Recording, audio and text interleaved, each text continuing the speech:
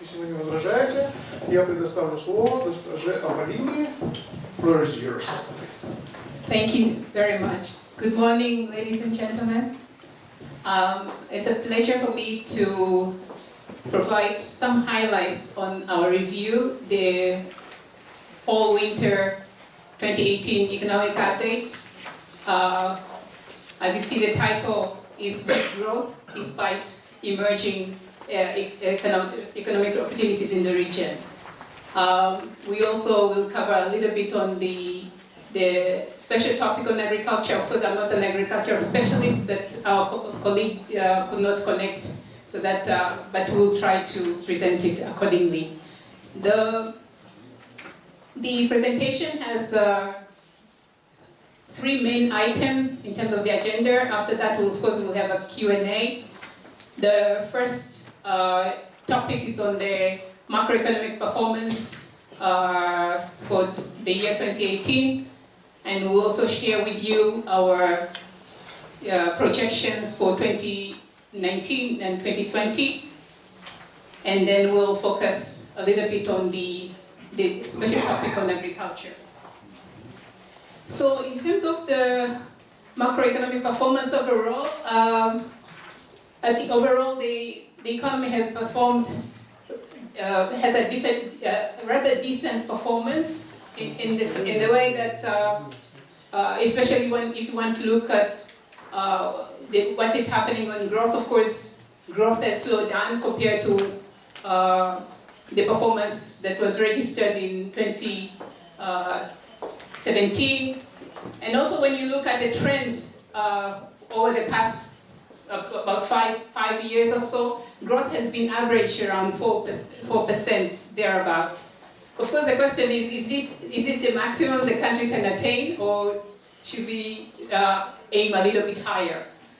The fact that there was a slowdown, it was related to the slow contraction in the production of gold, that is the kumto.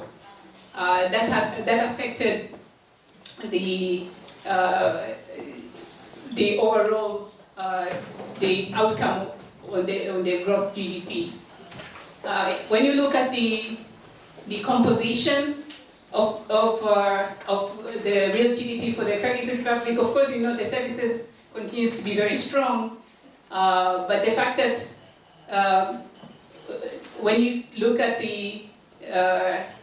on the demand side, we saw that when the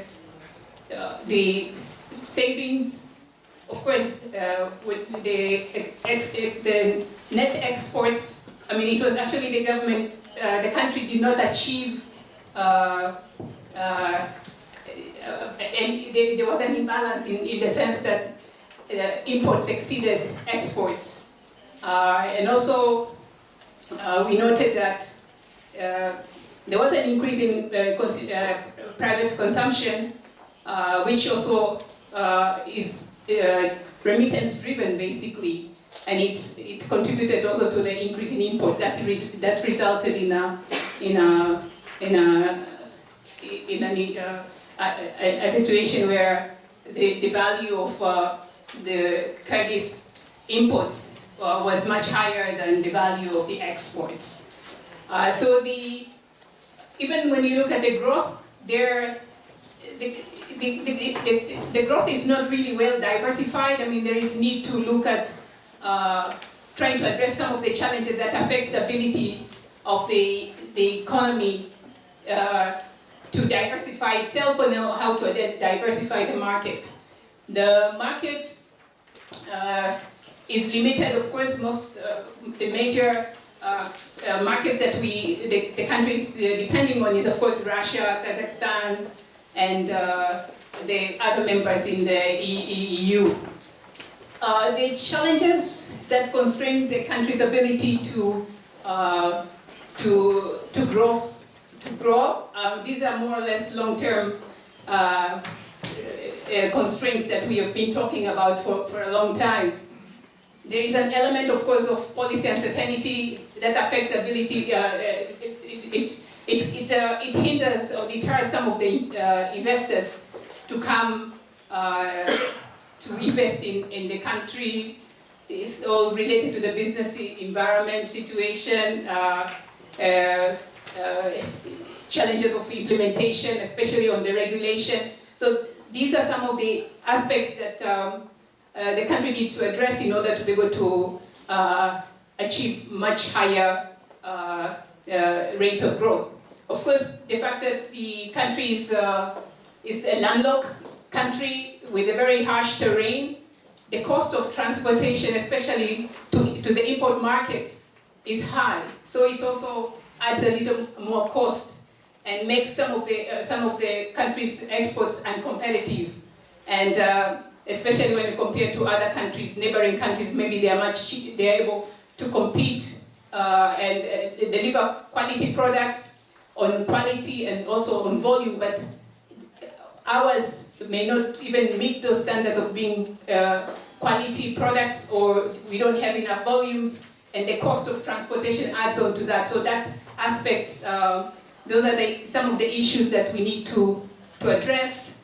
The issues of rule of law, the high level of informality, is all related to the business environment and the need, and this is where the government, of course, has been trying to address some of these regulatory issues, but it's still, the country is rated, it has some distance to take in order to be able to achieve higher rates of growth and also improve its performance in doing business assessments. As we note here that inflation has remained low. I mean, this was likely attributed, especially when you look at the trend for the past 2 or 3 years. When you look at food inflation, food has been going down, especially since the beginning of 2018, but it started picking up a little bit. But when you look at the headline inflation, it's really going down. It's around 0.5%. That is the 12-month annual growth, annual rate for inflation. And we noted that last year the prices for fuel prices really went up, and it was more the result of high fuel import prices that triggered an increase, although it started tapering down towards the last quarter of the year. And we also noted that exchange rate also did, the exchange rate did depreciate significantly in 2015, but it tapered a little bit, and it's been more or less oscillating a little bit towards the mid of July. Of course, it appreciated. There are also factors related to the external balance. I mean, it's a fiscal balance. Sorry, I'm not able to understand the language there, but yeah. So the fiscal balance really improved. We noted that the fiscal deficit for the first 11 months of the year 2018, it was in the region of about 1.6% of GDP. And we noted that when you look at the capital expenditure, there was a sort of a reduction. I don't think it was a deliberate cut, but there were issues related to the planning. What was planned was not achieved. As such, it resulted in sort of it appears as if there was an expenditure cut, but it was part of the planning part, which didn't materialize, but there were investments from the private sector as well as some foreign aid that came through. Not all the aid that was planned, was actually realized. Also noticed that on the revenue, of course, the country has been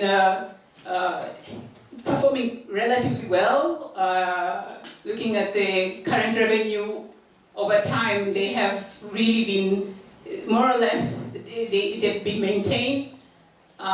We also noticed on the tax revenue there was a period between January and November 2018. It has picked up a little bit. Of course, there were a lot of measures that were implemented by the government in terms of tax administration. With the introduction of, for instance, alcohol, increasing alcohol and tobacco rate increase, and that also contributed to that. And we noticed that last year the government also introduced these fiscal devices where they so-called fiscalization, where whether the business people, those who are in the retail or the sellers, are able to directly having the rate recorded of the taxes that the products that they've sold, they are registered directly to the government system. And we also noted even for the patent system, they are now, you can easily go online and purchase your patent. And so these some of the efforts that they've enabled the government to continue to increase their revenues, and I think they will continue for the coming years as well. On the external balances, of course, they are deteriorated. We noted the fact that there was a net import that was realized for 2018, and we also we noted that there was some also the opportunity to basically increase export was there, but unfortunately there were some challenges in meeting the standards for the EU market. Although there was when you look at the data, exports to the EU really did increase. It's just, but there are challenges that have been noted, and that is something that we are, the government is fully aware of, and we are actually advocating the need to improve trade facilitation and be able to prepare the exporters so that they don't incur so much cost in exporting their products to Russia and other members in the region. So clearly they need to diversify the exports. Agriculture is also one of the areas through agro processing, and also addressing the issue of volume. You find that the Kyrgyz Republic has a variety of products that is it could be vegetables, could be fruits, but the issues that have been raised by some of those who are the recipients of these products is the quality, ability to have a set of standards and the quantity that is needed. So those are some of the issues need to be addressed. And also to see if one can diversify, of course, diversifying also the markets, not only the products itself. So when looking at the performance on the monetary policies, the stance is really relaxed. We noted last year in May the National Bank did reduced the policy rate by 25 basis points, and we noticed that there was also some reduction in the non-performing loans, which is a positive development. And the authorities also have been embarking on a de-dollarization program, and so we noticed an increase in some loans and activities related to. We noticed that the dollar-related loans are sort of they are slowing down in that sense. We also noticed that the exchange rate, the real effective exchange rate, also appreciated during the mid-year 2018, and of course it appears to be appropriate, and it reflects the fundamentals, but the implication of it is on the exports. It makes the exports of the Kyrgyz exports less competitive. So there is the other side of the equation that it brings concerns to exporters, especially. We know that the National Bank was very active during the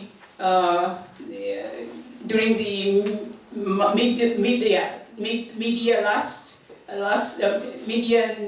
year. The question that we had while we were discussing with authorities, the farmers are complaining, or the people, the exporters, especially of the goods in the agricultural sector, the complaint or concerns that they have is on the why do we penalize the exporters? Why don't you manage it in such a way so that you make imports more expensive and exports at least more exports be competitive in the countries that we're selling, and imports should be more expensive here. But of course, the central bank, the National Bank, does intervene, but we don't know what level threshold with which it is passed that's when it intervened. So we only see the outcome. So those are some of the issues that the central bank could clarify. But in terms of when you look at the gross international reserves, they've maintained the 4 months of imports of goods and services, which helps them to provide them with the buffer that they need. They can actually continue to intervene, but subject to the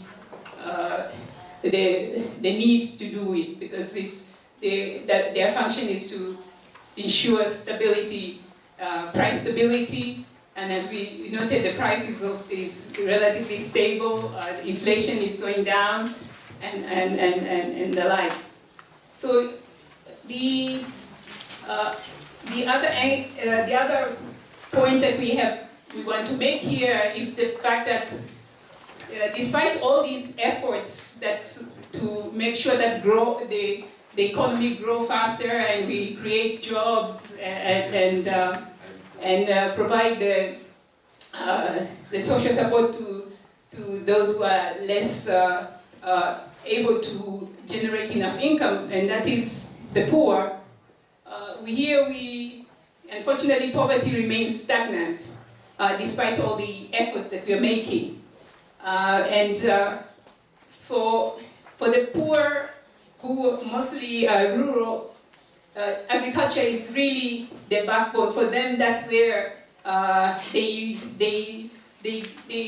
sweat and be able to get the land to produce something so that they can sell and also take care of their farms. And especially so, agriculture remains very important for the bottom 40% of the population in the rural areas, of course.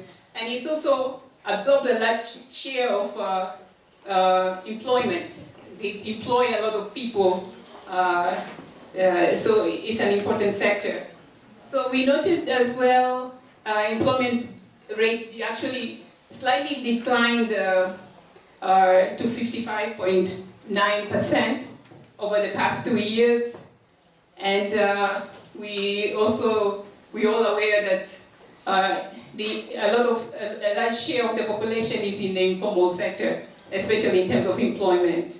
So there are issues that need to be addressed in that regard. And how do we generate the jobs for all people so that they can, those who want to be farmers, then they can be, or those who can want to go to the higher levels, that is moving into manufacturing or even higher high-tech type of services or tourism. So the country has a lot of potential, but there is need to create a conducive environment that will allow them to be able to deliver on that. So in terms of, we have provided our projections for 2019-2020. For the real GDP, of course, our projections are really modest. We are projecting for 2019 a 3.8% growth, real GDP growth rate, and also for 2020 we are projecting 3.9%. Of course, inflation will continue to be subdued, and it will be continue to be within the National Bank's target range of between 5 and 7% of GDP. Is this with Kumtor, 3.8? Yeah, yes. That is the total growth rate. And of that, what percentage is Kumtor, roughly? So 2.8, 3.8, yes. Same. You expect it to be more? No, I just think that gives you, if you take Kumtor away, then it's... No, but the point is that Kumtor is going to grow same rate as the part of the economy. Okay. Mm-hmm. Okay. But then we know that Kumtor, I think by 2023, they will, production-wise, they will have almost reached the end, but then of course continuation of the processing of the gold core will take them up to 2026. So hopefully there will be some other bigger Kumtor-like mining is on the pipeline, or other ways of be able to replace this important export. Of course, and that's why we are saying we need to diversify at all levels. If it's to do in the mining sector, maybe diversify, or agriculture, tourism. I mean, we actually met recently a team that is exporting high technology abroad to many countries, in Silicon Valley linked. And that is something that I can see the country has potential in that area. Of course, the issue of skills and getting the IT, the young emerging IT gurus, they need a little bit of training so that they can be able to realize their potential. Poverty also, we think poverty will continue to fall gradually, especially on the back of remittances. Remittances are really key, and will continue to be there, I suppose, with us, unless Kyrgyz Republic is able to produce jobs that are needed, and also remuneration that they need to make them competitive, because that is a bit of a challenge. Agriculture, I would say, agriculture is everything. I mean, agriculture is a center of the lives of many, majority of the people of the Kyrgyz Republic. And And so we'll touch a little bit on agriculture shortly. On the on the risks that we identified, we've indicated that from the external side, we note that gold prices are projected to decline in 2019 on account of the slowdown in growth in emerging countries, as well as the slowdown in the country's main regional partners, that is Russia and Kazakhstan and the like. Internally, of course, we note that there is worsening perception of uncertain policy environment and weak governance. Of course, because of the frequent changes in government that takes place almost every year or every 2 years, it continues to be an issue for investors. So there is need to see how these risks have to be managed somehow by the government as well. And also the potential risk of fiscal slippages. Of course, most of the time when we are going into the election year, the spending tend to go higher. Although the fact that the government has committed to a fiscal consolidation plan, I mean, they're trying to improve the efficiency of spending and looking maybe at areas of ways to reduce the wage bill, and also addressing the issues of procurement, issue value for money. But those still they are in a positive direction. But also we note, as you all may be familiar with, the government has committed to implement the fiscal rule. It's not yet approved by Parliament, but that one will also help the country build the buffers that they need so that they can meet some of these infrastructure gaps that are there in terms of connectivity, improve the connectivity, issues of addressing the inefficiency in the energy sector, and the like. So those are some of the issues that need to be addressed. So now moving on to the agriculture. As we said, agriculture used to be the main driver of the growth of the economy of the Kyrgyz Republic. At some point, I think its contribution to GDP was in the range of 50% to close around that figure. But then now its contribution is gone down to 12.3%. That is as of 2017. And the growth itself has been really volatile. It's basically averaging around 2% thereabout. The challenges with the sector, of course, is the sector is characterized by small-sized farms, and that also affects the level of the productivity. The sector is also subject to climatic and seasonal changes. The fact that the majority of farmers, I mean, their production is really not efficiently done. So, and likely maybe because of the small size makes it sometimes difficult to adopt or to adopt or move towards mechanization. I mean, it doesn't really make sense to some. The smallness of the sector makes it it makes it really unproductive, and it makes it unnecessary, or it affects the ability to be able to be more efficient in that sense and improve the productivity. The overall, we noted that as I mentioned, this issue of productivity, overall, the productivity remains low for both when you look at the market and also the labor itself.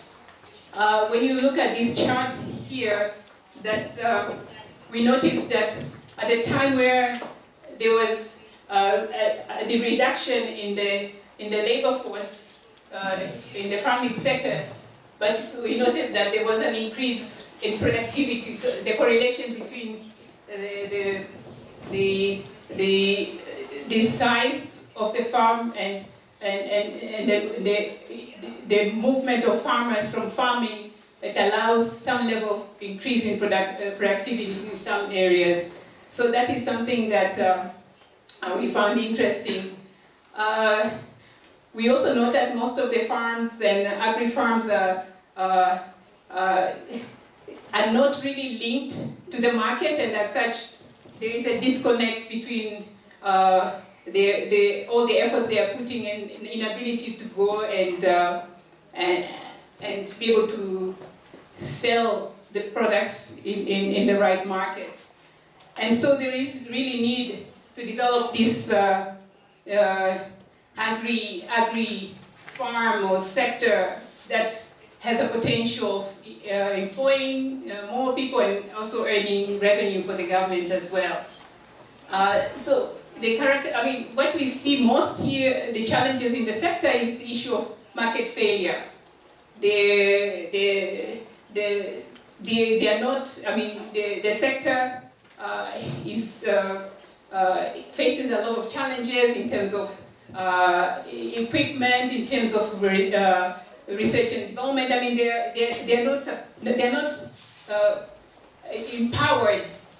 The sector is not empowered really to be able to maximize its potential. And so even investments are weak. I mean, government investments into the sector are weak. Of course, we note that the government has facilitated some, subsidized some loans, so those who can go and borrow money for farming purposes, but I don't know if those who are able to access those funds are the big farmers or the small ones who cannot even present any business plan for the bank to be able to be confident with whatever they confident to lend them, because otherwise it can end up being it can lead them to making losses. So there is also, as is already said, in order to there is need to create these market linkages to the and develop these value chains so that those farmers can take their products to the agro-producers, and agro-producers can also be able to process, and so that all the people, I mean, the farmers and also the producers both can benefit from it. So this slide shows that there is demand. When you look at the data from the increases of income, the increase in incomes, especially for countries like Russia, Kazakhstan, and the demand for the agro-food products, that should encourage the country to be able to support this sector in order to make use of the demand that are there. There are people looking for organic products, there are those looking for vegetables which are fresh and good, and as you note here, the exports, there has been a growth in exports in 2017 compared to 2016. Of course, we are still a high importer. We import a lot of agro-foods from other countries. And I suppose maybe we are not competitive enough and be able to also to produce our own processed foods and sell them here. Sometimes, of course, we tend to be very prejudiced. We don't value what is being produced domestically, and we more appreciate what is brought from outside. but it's also, some of it is related to the cost of production here may be too high for the, and the prices means that the prices has to be higher, and that will then result in the consumers go for something that is cheaper and from outside rather than buying your own domestically produced products. So, but then, as you say, China, there's a lot of potential for agri-food processing to countries in the neighborhood. And as we note here, there was a report that was written by our colleagues in the agriculture sector, and they highlight the fact that actually the government is also interested in this subsector, in supporting the agri-food subsector. And based on their priorities, they've clearly highlighted what they value. Of course, they're supporting the promotion of high-value agri-food production and organic agriculture. They're also emphasizing on the issue of quality, because that is what is missing, and also the safety of the agri-food products. We also note that the government is also looking at how to help those, especially the farmers, the producers who are focusing on fruits, vegetables, legumes, dry foods, and so on, so that they can improve and increase their capacity to generate much higher value added. And so what is needed basically is the conducive environment that has to be created, and the government is the only one who can create that. And of course, they need to encourage more private sector participation in this sector, of course.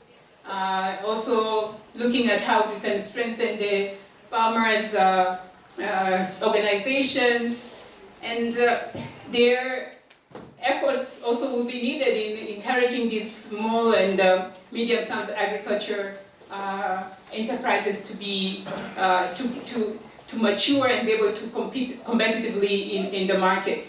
So also the issues of design, of course, of the government needs to provide that leadership on this. The finances, the financial instruments that are needed to be developed in order to allow farmers, for instance, to finance, to get access to rural credit, for instance, or buy crop insurance, especially if the country is susceptible to severe climatic weather effects. And also to get supply chain financing, for instance, that will allow and help them, the entrepreneurs or those who are in the agri-processing, to be able to finance their activities.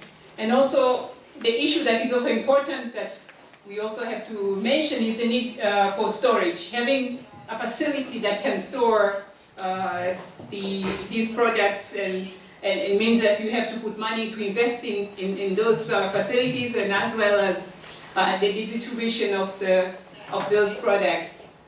According to the government's vision, they have basically identified two policy objectives. Number one, of course, is to increase exports and expand markets for agri-food products, with a focus on ecologically clean and organic production.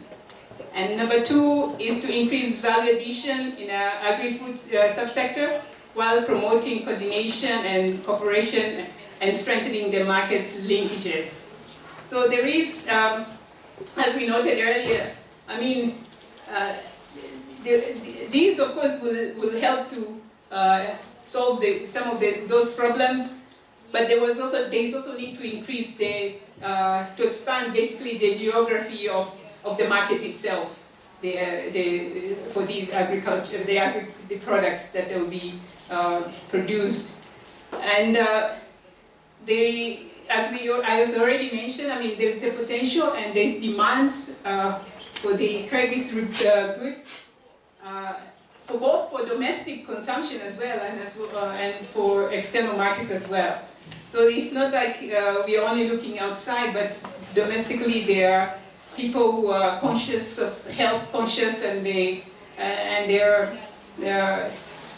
emerging, markets for those needs as well.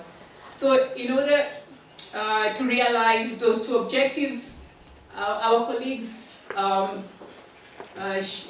highlighted 3 points basically that need to be addressed in order to actualize and to those objectives that the government has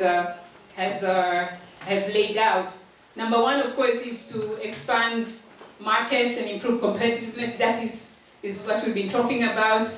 Competitiveness even in other sectors, not only the agriculture sector, but this is one is specifically for agriculture. And also they need to develop actually new products through matching grants. I mean, those are some of the options that one can look at.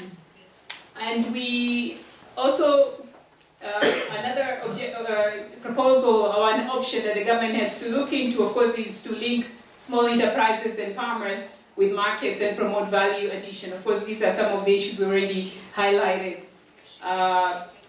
And creating the enabling environment, of course, this is critical, and I know the government has been working towards improving the overall enabling environment, but the challenges are how do you deal with the small sizes, because we noted that in the past, immediately after the breakout of the Soviet Union, they were used to be big farms and they were cut in lots and everybody has a little piece, but then those small sizes are also a constraint to maximize on the potential that are there. And so those issues need to be further discussed, and also continue to expand the knowledge we have in this sector. So, in order to conclude, we have 3 sort of recommendations that basically related to the need for the government to address some of those emerging vulnerabilities. Of course, we noted these vulnerabilities have been exacerbated by large deficit, trade deficit, that is the negative trade balance, and also the current account balances, and also to basically diversify some of the key exports, in addition to gold, of course, and migrant remittances. So we're just reiterating the earlier comments and observations that we had on the need to diversify away from gold, but with gold until we find another replacement. And also, the second point is on the business environment. Of course, business environment cuts across all sectors of the economy, but mostly we talk about the areas that we can make maximize on their potential, including agriculture or tourism or high-tech sectors and the like. So those are some of the issues. But since we noted that a number of the exporters in Kyrgyz, agri-food exporters, face a lot of challenges in meeting the standards for the EU, then there is need, we are basically advocating the need for the government to provide that leadership in facilitating the process, in educating the exporters, and so as that the products that they are selling, exporting, will be able to meet the standards and allow them to also benefit from that by receiving their earning income out of it. And they need to tackle the corruption, of course, and basically try to identify ways and means to attract private investors in the country. And the last item is on the need to continue to implement the structural reforms in order to overcome the infrastructure, skills, capital gaps, with a view of making the country much more competitive. So that is the end of this first presentation, and I think we'll move to the next. Yes, please.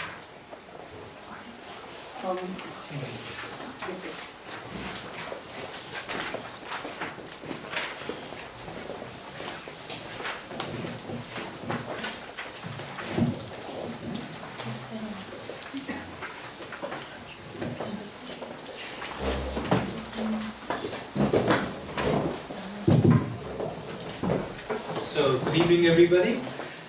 So I come from Moscow and I've been there for the last almost 3 years, and I'm the Russia economist for the World Bank. And it's my first time to your beautiful country, and it's such an honor to be here, especially in the land of Kyrgyz, so whom I'm a big fan of, and I'm going to have my reading list already thanks to Bucket and other colleagues. So I know it's been a long day, so I will probably skip some slides and be as non-technical as possible. But if any of you want to follow either bilaterally or in the discussion section, please feel free to. So I'm going to talk about 3 things today. How was Russia's economic performance in 2018? First, what is the World Bank's outlook for Russia for the next 3 years?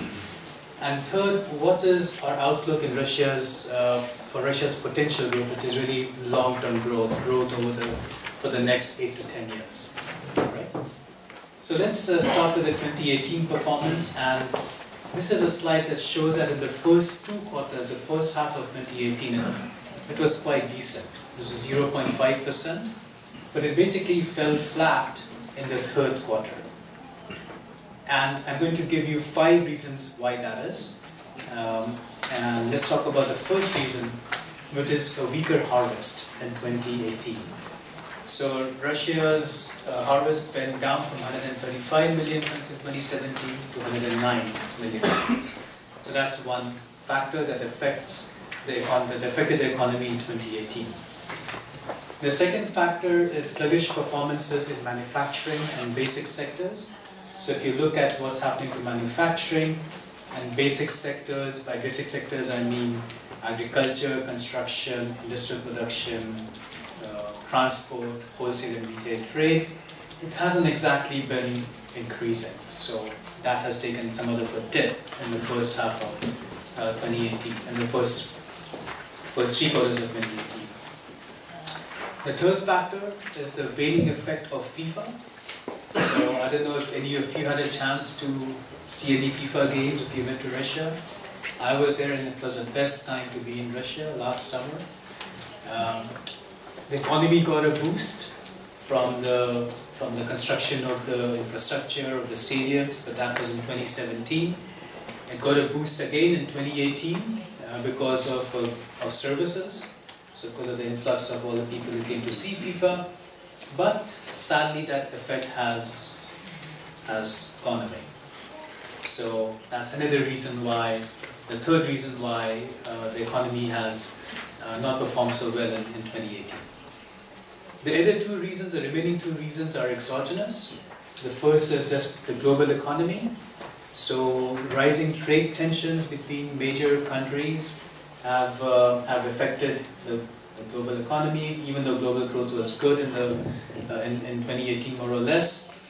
So that is affecting Russia as well.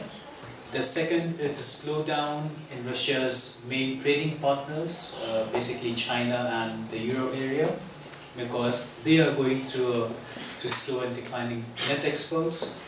And the third is a strong US dollar, which is basically leading to sizable currency depreciation and capital outflows.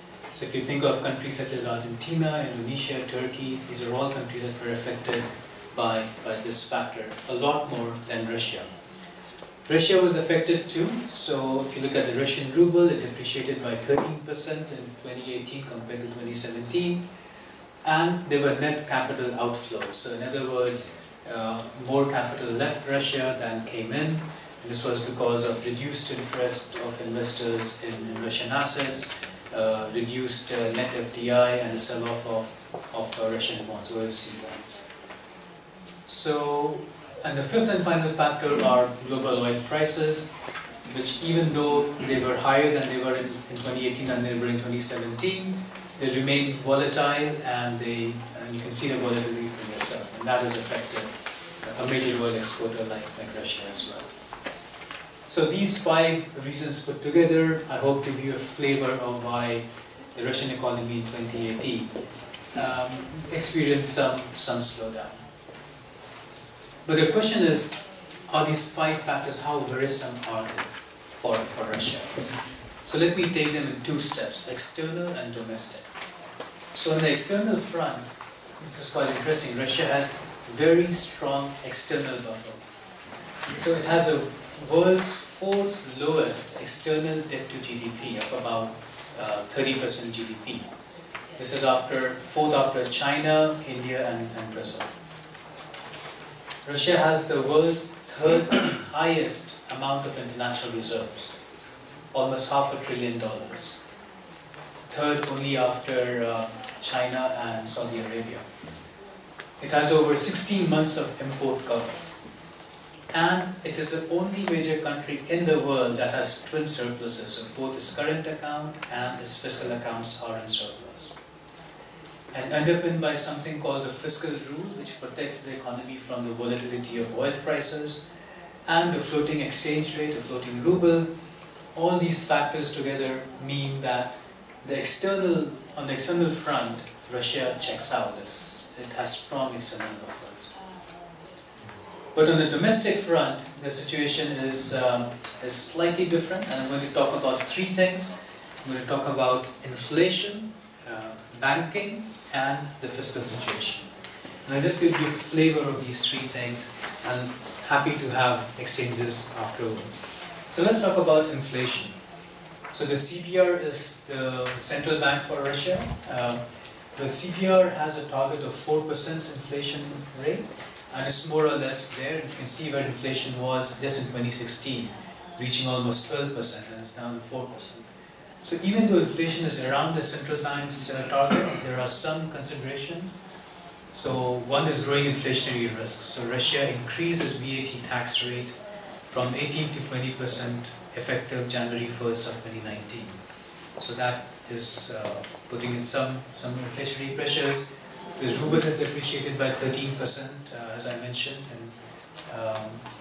vis-a-vis the US dollar. And there are some taxation mechanisms that will increase the prices of gasoline. So basically Russian motorists will have to pay more for the fuel. So these 3 factors are increasing inflationary risks. Moreover, inflationary expectations are high.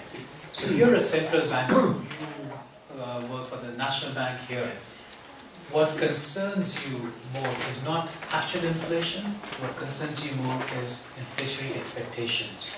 So the main job for a central bank really is how to control inflationary expectations in many ways. So inflationary expectations in Russia are trending upwards, and they're still below the current policy rate that the central bank has. And on top of that, you have record household debt in Russia. So in absolute terms, household debt is 14 trillion rubles, which is about 25% share of income.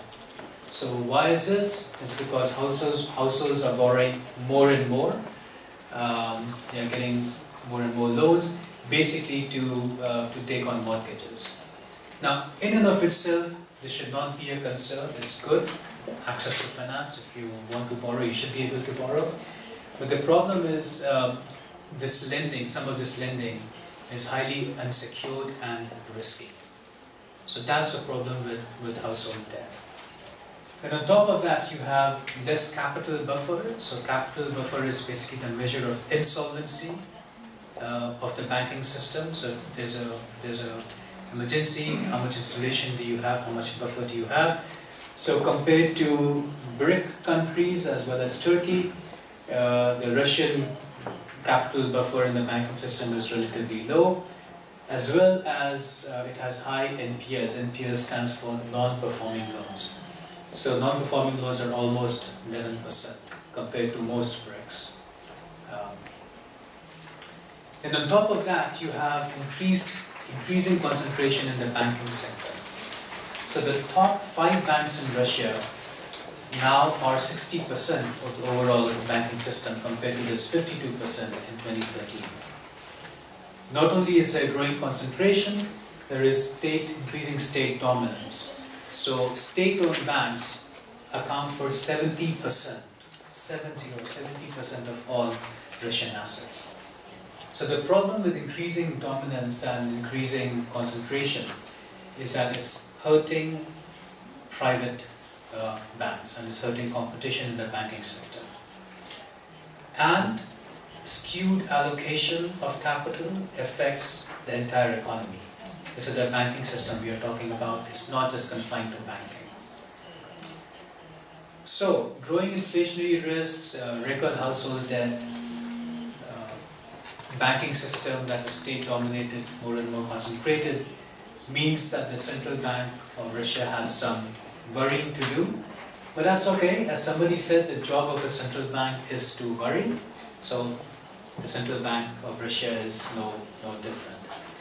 And I don't know if the next slide will make much sense, but I'm a big fan of Bobby McFerrin, the singer, who did the song Don't Worry, Be Happy.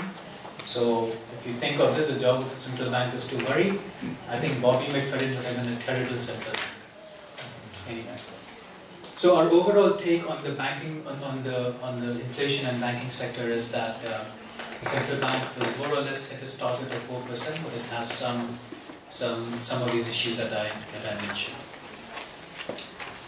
The third thing I wanted to talk about is the fiscal situation, and I won't go into technicalities, just to say that the budget is in surplus across all levels of government. General government, which is federal plus regional put together, the federal budget and the regional budget. Now this is pretty rare for most countries to have the surplus across all levels of government and the current account surplus as well. The current account, basically, you're exporting more than you're importing. So this is pretty creditable. As you know, Russia is a major oil and gas supporter. So if you take oil and gas out of the equation, and if you look at the deficit, so there is a deficit, but it's shrinking. So it was almost 8%, now it's down to almost 6%. The question is, why is this? There are many factors. One is a very conservative fiscal policy that Russia undertook. But one factor I would like to mention that might be relevant to Kyrgyzstan is Russia embarked on a major drive to digitize its tax revenues. So improvements in tax administration through massive digitization has also contributed a lot to bringing in more revenues. And in fact, the Russian tax administration, if any of you are ever in Moscow, please contact me. I would love to take you to them. They are really one of the world's best examples of how good tax administration should be done. Anyway, now some of you may be familiar with it. After President Putin was re-elected, he announced something called the May Decree Goals, which calls for more spending in the social sector, social policy, health, education, the digital economy, infrastructure, so on and so forth. basically what it means is that Russia is expected to spend 8 trillion rubles over the next 6 years as part of this May Decree goals, and which means an additional 1.1% of GDP each year. That's quite significant. So just think to yourself, if you're running the economy and you're asked to raise 8 trillion rubles, what would you do? So you can do only one of two things. You can either cut expenditures and save some money from there, or you raise revenues. And the government strategy is to raise revenues because it has already cut expenditures quite a bit across the board the last 3 to 4 years. So the central plank of government policy is raising revenues. And so to fit in this higher spending, part of the revenue mobilization is this increase in the value-added tax rate from 18 to 20%, which is expected to bring about 0.6% of GDP each year. Part of it is maneuvers in the oil and gas sector, oil sector mostly, which is expected to bring in another 0.2 to 0.4% in the next few years. And we also discuss how there are some untapped measures to bring in more revenues. So for example, raising tobacco taxes, or what as economists call sin taxes. So tobacco taxes are relatively low in Russia compared to international benchmarks. That's one possible option. And the other is to reduce tax expenditures. By tax expenditures, I mean the revenues that you do not get because you've given tax exemptions to various industries or investors or sectors. And tax expenditures, so the foregone tax revenues are almost 3% of GDP in Russia. That's quite a bit. So these are some untapped measures that we recommend that the government can look into. I'll skip over this and I'll just make this point that overall fiscal risks are growing, but they remain contained. Why? Because both the general government and fiscal and the federal budget balance are in surplus. So government is taking in more revenue than it is spending. Russia's public debt is quite low, just 15% of GDP compared to the OECD average of over 70%. So public debt is not an issue. Russia doesn't have that problem. And the Russian bond market is quite sizable, so 19 trillion rubles versus the 1.5 trillion rubles it needs to raise in order to meet some of its May Decree goals. So for these reasons, the fiscal risks are growing but contained. So the overall picture of the economy, the Russian economy that emerges is that on the external front it's doing very well, very strong macro buffers. On the domestic front, inflationary risks are growing, the banking sector is weak, fiscal risks are growing, but they are contained. Okay? So now I'm going to talk very quickly about the second question that I had: what is our outlook over the next 2 to 3 years?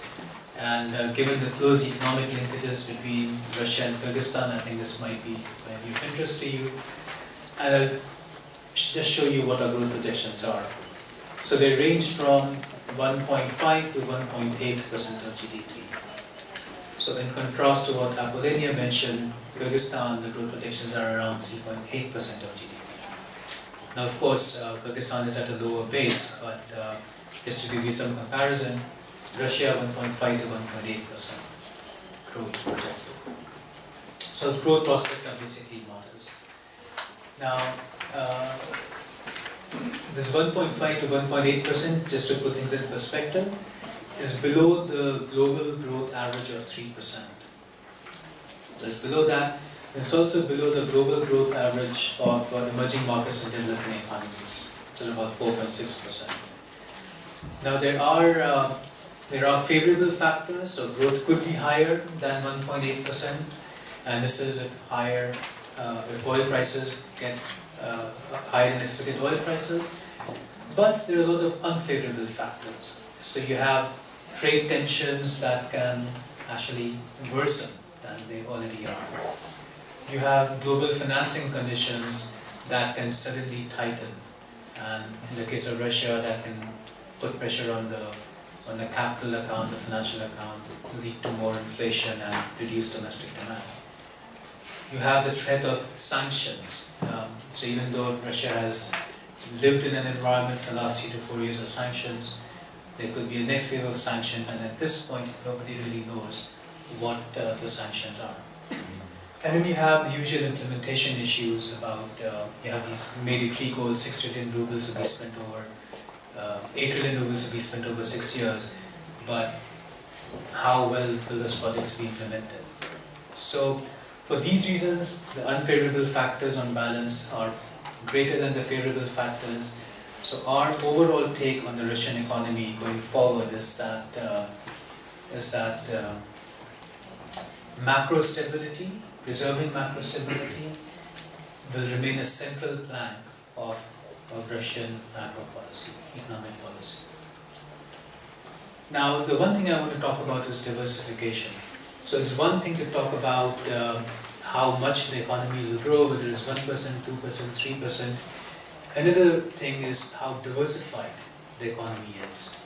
And this is very important for a country like Russia, which you know is a major oil and gas exporter. So here the news is mixed. There's some good news and some not so good news. So let me start with the good news. On the good news front, there is something called a Thiel index. Don't worry at all if you don't know what it means. Thiel is the name of an economist. Basically, all you need to know is that the smaller the Thiel index, the more diversified the economy is. So in the case of Russia, the Thiel index in 2013 was this dot, and now, as you can see, it's gone down from 2017 to this. So by this metric, the economy is well diversified. And to give you a sense of how other countries fit in the spectrum, if you look at Azerbaijan and Kazakhstan, they are less diversified than Russia. And Russia is less diversified than Brazil or China. So that's the first piece of good news, that compared to where Russia was 3-4 years back, it is more diversified. The second piece of good news is that non-energy export growth is outpacing energy export growth. So you can see that for yourself by this graph. And the third piece of good news is that the share of top 10 products in total exports is lower today than it was a few years back. So in other words, the economy is becoming less concentrated at the top as measured by the top 10 exports that Russia exports. So that's on the good news side. On the not so good news side, where oil and gas exports are still around 60% of overall exports. They're still about a quarter of all fiscal revenue. Most of the diversification that has happened through activating sort of existing, through exporting more of what Russia used to do, as opposed to activating new product lines. So you can see Russia's new product lines are significantly lower than Kazakhstan or Azerbaijan. And Russia's integration with the global economy is more or less constant. So this shows Russia's share in the world market of final and intermediate goods. So in the case of things such as textiles and footwear, Russia's participation in global value chains has actually grown. That's a good thing. But in the case of electronics and vehicles, it has actually shrunk. So on balance, these are just two subsectors I chose for the graph. But the point is, on balance, Russia's integration with the global economy is neither here nor there. It's more or less stayed the same.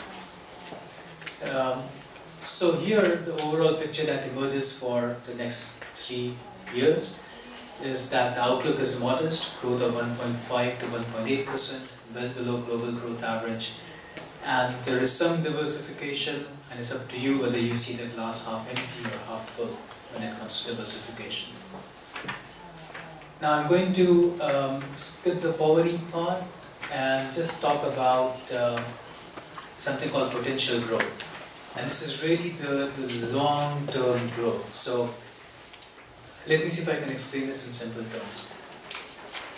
So economists talk about demand side factors and supply side factors that affect growth. By demand side factors, it could be things such as oil prices. So if oil prices go up, you export more oil. Or if there's a fiscal or monetary stimulus, then your growth goes up in the short, for a short time. So if you're looking at growth of an economy, you don't know whether it's due to these temporary short-term factors or if the growth is due to more fundamental factors. Okay? So for the fundamental factors, you have to look at the supply side, supply of labor, land, capital, how productive all these factors of input are. And this is what economists call potential growth. So what is the growth of an economy based on these fundamental factors? So in the case of Russia, the news is not that great. So Russia's potential growth has actually slowed down significantly. But this is not a Russia-specific phenomenon. This is a global phenomenon. So if you look at the advanced economy average, that has also slowed down since around especially after the global financial crisis. But the thing is, Russia's slowdown is more rapid than the advanced economy average. And part of the reason is demographics. So Russia is facing adverse demographics, aging society, so shrinking labor force as of now, and that doesn't help. And part of it is that the first generation reforms that Russia undertook in the early to mid 2000s, they are wearing off. So the question is, so this is up to 2017.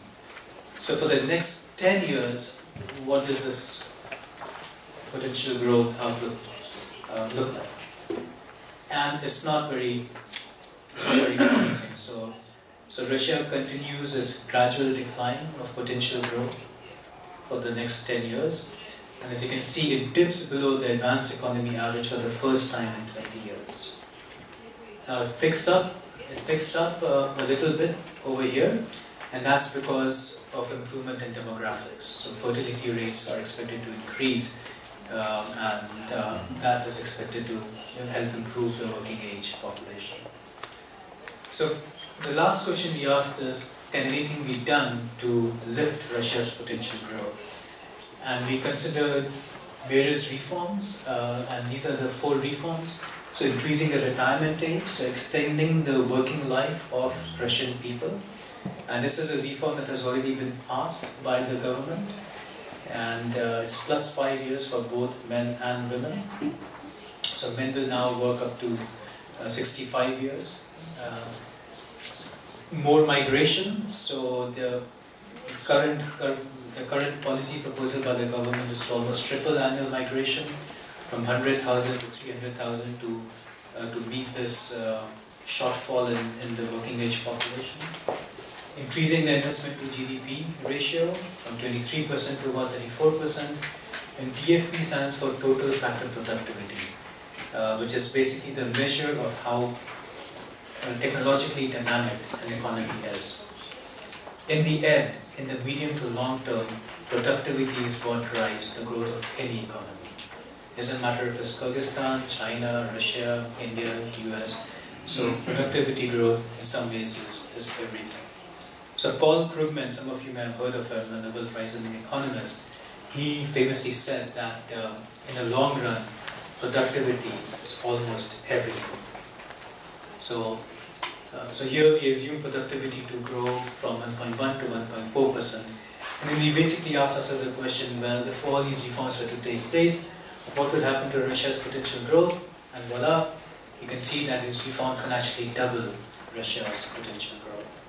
So that's good news. And we found that these results, so how much these go up, the impact of these reforms, the results are most sensitive to changes in productivity growth.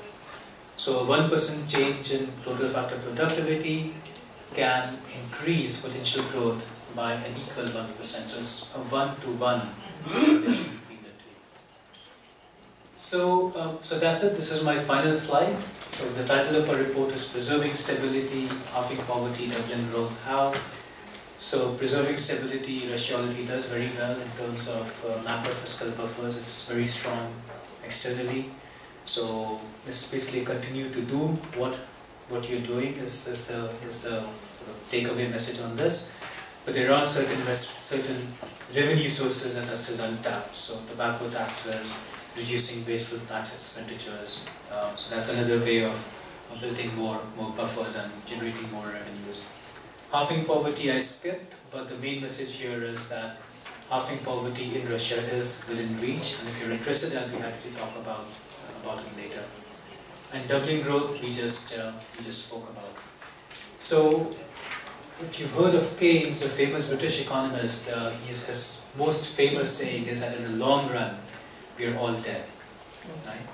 But if you believe potential growth can be lifted in Russia, then I'd like to end on an optimistic note and say in the long run, we can all double our potential. So that's it. Thank you.